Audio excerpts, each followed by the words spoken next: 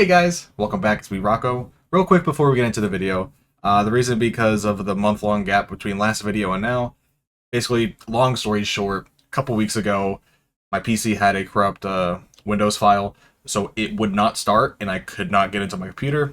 Basically, had to give it to the repair shop, had it repaired, and then the only way to fix it was they had to wipe my hard drive with the operating system on it. So at first, I didn't think it was a big problem because all my footage is on an external I have. But literally every program I've installed has been on that drive, so I had to reinstall Adobe. Totally not cracked, by the way. Reinstall everything, get back used to it, and basically get all my just pre-made presets and all that. So I apologize. I'm back with this first video. Because of that, a video I was working on got it's basically gone, so I'd have to restart it if I want to, so maybe I will in the future. But enough yapping.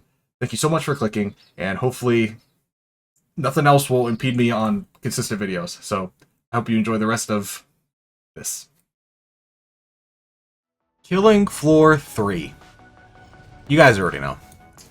It's a sequel to a series that many hold dear to them, so opinions and reviews are flying all over the place right now, and I'm just one of those dudes sharing their own. So let's chat.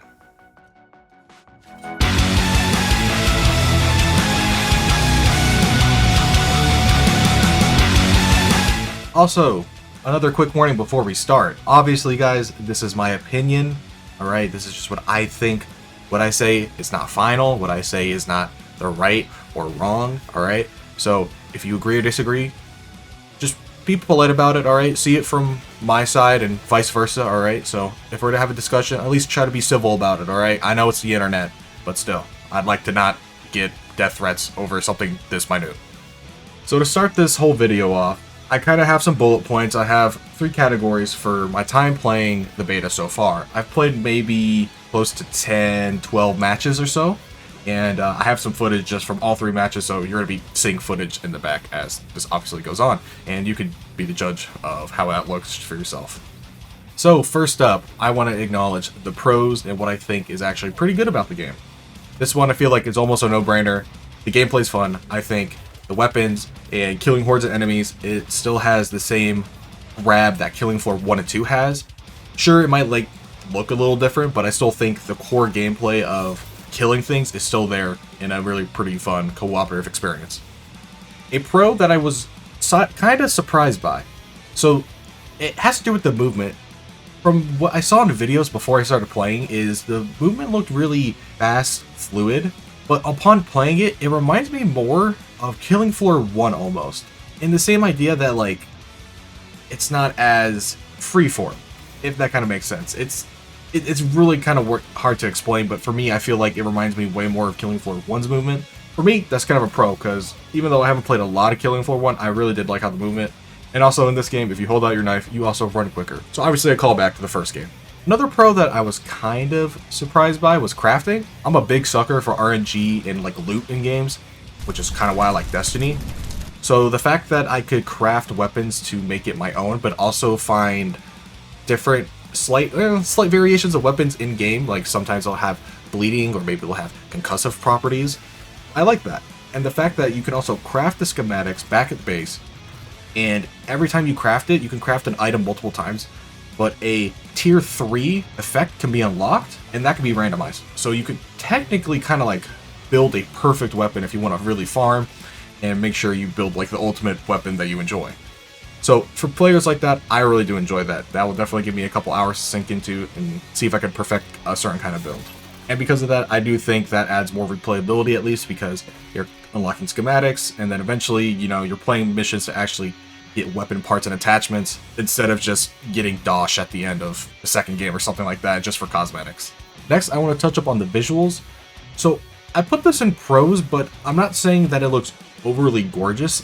I think it's just at par, expected for an Unreal 5 engine. I know there's a lot of discourse and a lot of love-hate relationships with Unreal 5 and how all the games look the exact same because they don't change anything and it just kind of looks like the same game over and over with a different dev.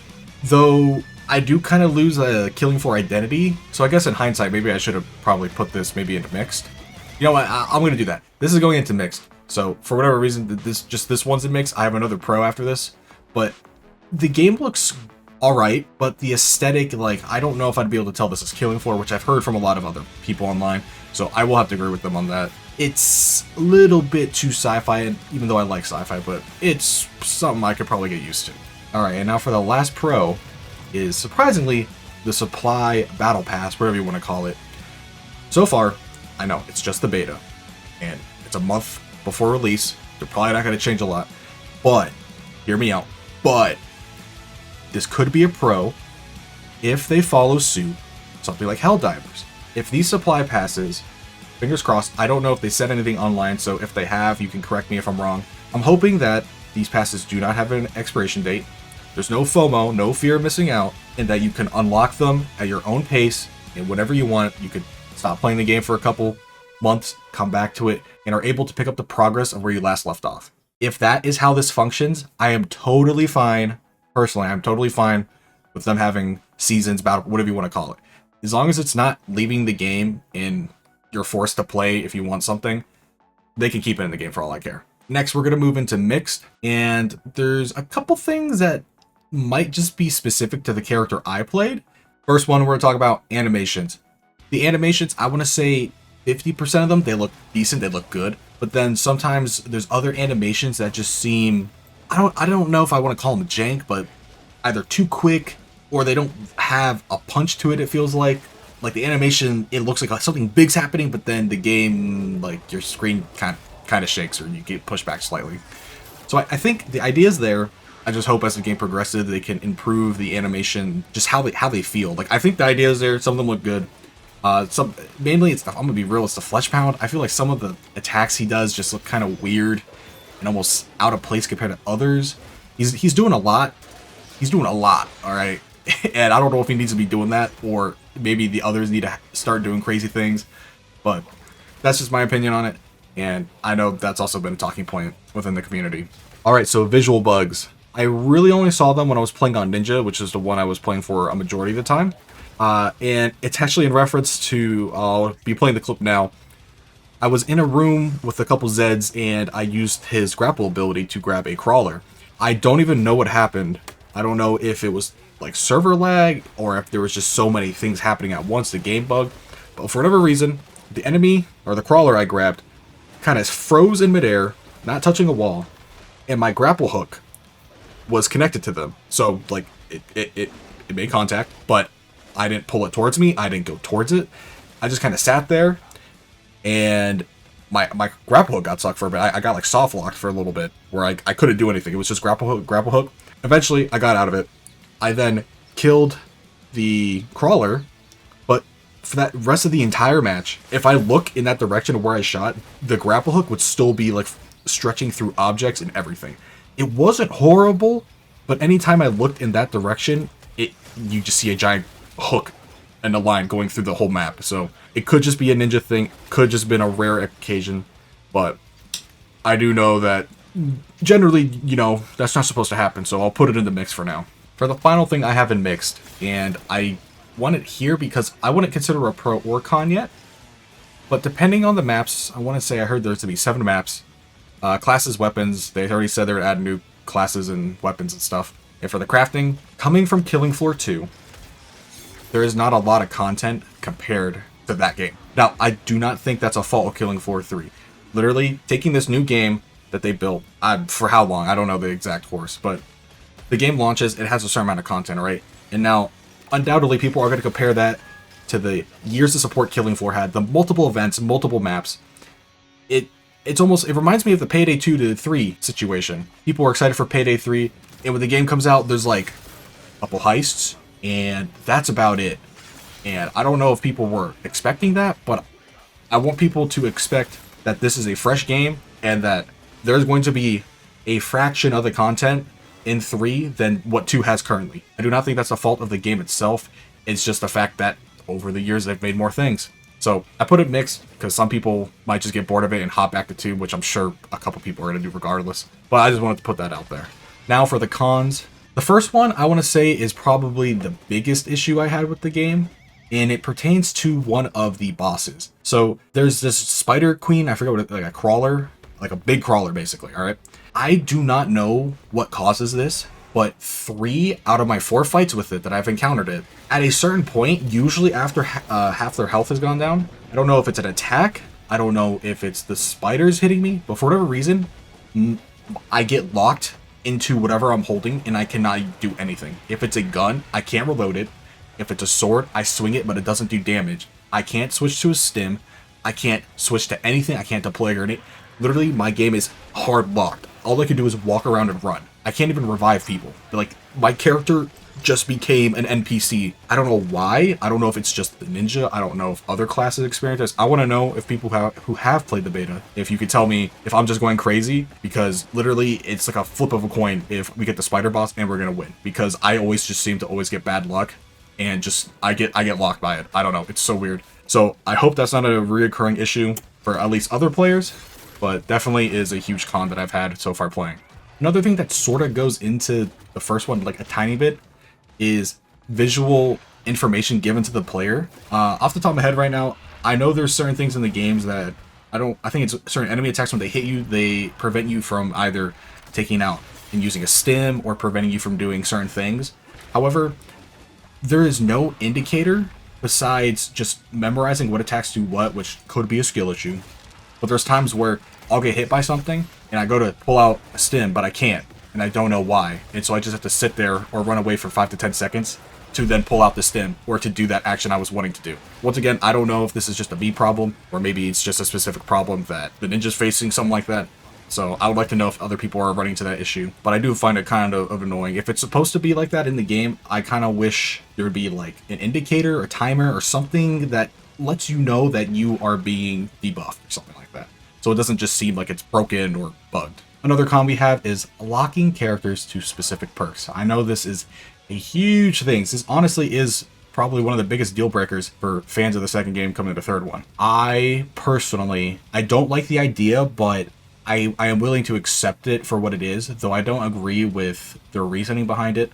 I think the more options you give to the player, whether that's customization or freedom of play, basically more freedom for us, the better for the game, I think. I'm also a person in a game where I love cosmetics. I like how people look, and I like how to make my character look. And sometimes just certain people I don't like in games, and then there's others that I just immediately go to. So for example, I think Foster's alright. You know, he's never been like a favorite, but I know he's a staple in the game. He's not like a personal favorite. My personal favorite is DJ Scully. He's not in the game yet. I hope they add him. But here's my issue. I hope they don't give him a perk I don't like playing.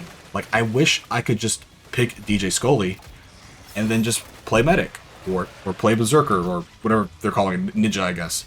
So, like, this seems to be a core fundamental aspect of the third game, so I highly doubt they're going to change anything. Though somehow, hopefully, maybe fingers crossed in the future, if ever, I'd like to see characters being able to swap off and go to any other perk, just how the second game does. And for my final con of Killing Floor 3 so far, this also could just be a huge skill issue. But I gotta air it. Why are stims consumables? Why do we get 3? Why is the syringe gone? And also while I'm talking about that, why do we not have a welder or there's this new multi-tool? Why don't we all just have that? Why do I have to sacrifice a grenade ability? Or sorry, why do I have to sacrifice a tool slot for it? I mean, it makes it a multi-tool tool, but you know. In Killing Floor 2, everybody had a welder. It didn't matter who you were, you just had this tool on you. So, you know, what I'm thinking is maybe just give the multi-tool to everyone. I know it's supposed to be kind of gimmicky now because there's specific things you can interact with, like turrets, chests, zip lines. You can open up certain doors that you couldn't before. But because of that, it also is kind of limiting to the map environment, how you can interact with it. Because if you don't have the tool, then you can't do any of the things I just said you need the tool for. Especially some of the traps, like the turning on the fan turbine. I'm sure they did that because it plays into their idea of what they want the third game to be, though it just feels kind of weird. It almost feels like 2 steps back for no reason. Maybe just to make the game harder, which, I mean, arguable. You have Hell on Earth. I don't know. I never really beat Hell on Earth, so maybe me saying that just immediately makes you guys click off. But, you know, I think the Hell on Earth is fucking hard. Alright, I'm gonna be real. So, I think Hell on Earth is hard enough than not giving us a tool. I just want my tool. You know, I'm fine without the tool. Just give me my rechargeable syringe. Alright, besides the syringe complaining, it's total skill issue. Do I think Killing Floor 3 is going to be a good game? Long story short, yeah, I think it is. At least for me, I'm probably going to come back and play it probably about the same amount I did for Killing Floor 2. I think there'll probably be a couple times where I'll get the urge to play and maybe play for a week or two, and then maybe disappear for a bit, come back maybe a couple months later if they added DLC characters, you know, the whole shebang. How do I think if the community's going to like it? I'm going to keep it 100. It seems like it's a 50-50 right now. Either you like the game or you hate it. So I don't want to make any predicaments on how this is going to go. I just hope it's not a Payday 3 situation. Or if it is, I hope they can recuperate very quickly. And time will tell in the next month or so. We'll see the player charts, we'll see all that stuff, the retention. Until that time comes, overall, I am thoroughly enjoying my time with Killing Floor. I wouldn't say I'm overly impressed. It just feels like a new face of Killing Floor, for better or for worse. But I am liking it, I think. Like I said at the beginning of the video, guys, I would love to hear all of your thoughts and opinions down below, whether you agree or disagree with me, or maybe you have some information that maybe I got wrong or accidentally spread. Like I said, the only requirement is please be kind, and I will be kind back to you, and I'm hoping people will be kind back to you too in the comments too. And while they're down there, I'd also like to see a 1 through 10, maybe see how excited you are for the new game. That would also just be a pretty easy gauge on the majority of people's sentiment, at least the people who watch this video. Well guys, with that said, that's it. I have nothing else. I might make a couple more Killing Floor 3 videos because I do like Killing Floor, but this is the first time I've ever made one, so I don't know. It's up in the air. But if you do like it and wish to see more, just let me know. I'd also really appreciate a like, comment, and subscribe. That's the biggest way you can show support. And so once again, thank you so much guys for sticking around and watching. I hope you all take care, stay safe, all that good stuff. And I will see you all in the next video. Bye bye!